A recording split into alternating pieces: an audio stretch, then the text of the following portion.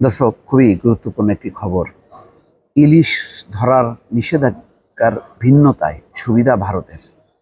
তার মানে এই খবরটা যদি আপনারা পড়ে থাকেন বা জেনে থাকেন যে বাংলাদেশ প্রান্তে যখন নাকি নিষেধাজ্ঞা দেওয়া হচ্ছে ইলিশ ধরার ক্ষেত্রে, তখন ওই প্রান্তে সাগরের বা ভারতের সীমানায় নিষেধাজ্ঞা দেওয়া হচ্ছে না। তাহলে কি হচ্ছে? ভারত প্রান্তে সেখানকার জেলেরা অবাধে তখন ইলিশ ধরছে। আবার যখন কি বাংলাদেশের প্রান্তে যখন নিষেধাজ্ঞা উঠানো হচ্ছে, তখন যেহেতু প্রচুর ইলিশ ভারতের জেলেরা ধরে নিয়ে যাচ্ছে, তখন দেখা যাচ্ছে যে ইলিশের স্বল্পতা।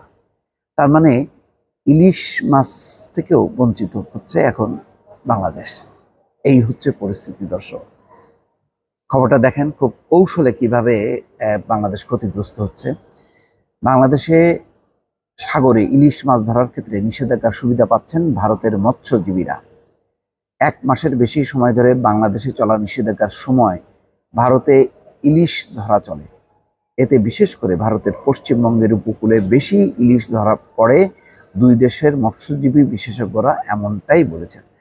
আর এতে বাংলাদেশে ভরা মৌসুমে ইলিশ কম ধরা পড়ছে বলে মনে করছেন এই দেশের মৎস্যজীবীরা। সাম্প্রতিক কিন্তু 2-1 বছর ধরে বলা হচ্ছে যে ইলিশ মাছ পাওয়া যাচ্ছে না। ইলিশ কোথায়?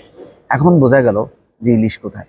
অর্থাৎ এই প্রান্তে যখন নিষেধাজ্ঞা দিচ্ছে, তখন ওই প্রান্তে নিষেধাজ্ঞা দিচ্ছে না। ফলে তখন অবাধে তারা ইলিশ নিয়ে যাচ্ছে জেলেরা বা মৎস্যজীবীরা। আর যখন কি ওই নিষেধাজ্ঞা অর্থাৎ ডিম পাড়ার এটা শেষ হচ্ছে, তখন যখন নিষেধাজ্ঞা তুলছে, তখন দেখা যাচ্ছে যে আর ইলিশ নাই।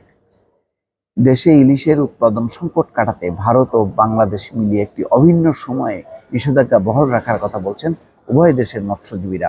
কিন্তু এই নিয়ে এখনো ভারতকে আনুষ্ঠানিকভাবে কিছু জানায়নি বাংলাদেশ। বাংলাদেশ তো জানাবে না। বাংলাদেশকে যদি জানায়, তাহলে ভারত যদি মাইন্ড করে, সেই কারণে তাদেরকে হয়তো জানানো হচ্ছে না।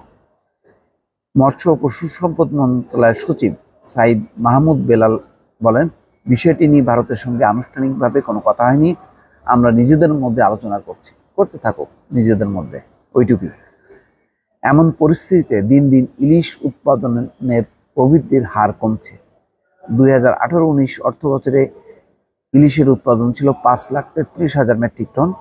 4 বছরে বার্ষিক উৎপাদন 6,20,000 টন বা 16% বাড়ানোর লক্ষ্যমাত্রা নির্ধারণ করে মৎস্য অধিদপ্তর।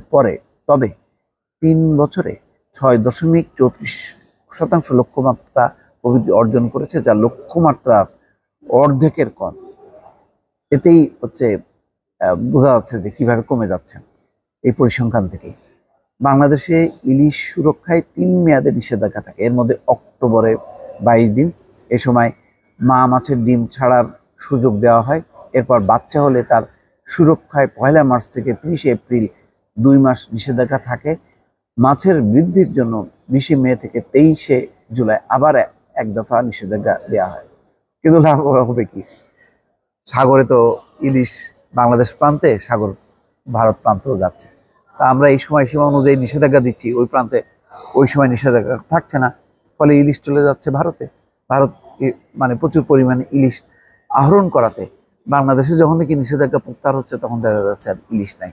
এভাবেই ক্ষতিগ্রস্ত হচ্ছে। এবং অদ্ভুত ব্যাপার, বাংলাদেশের এই ইলিশ মাছও আমরা রক্ষা করতে পারছি না। কত বড় দুঃখজনক। দর্শক, ভালো থাকবেন। আল্লাহ হাফেজ।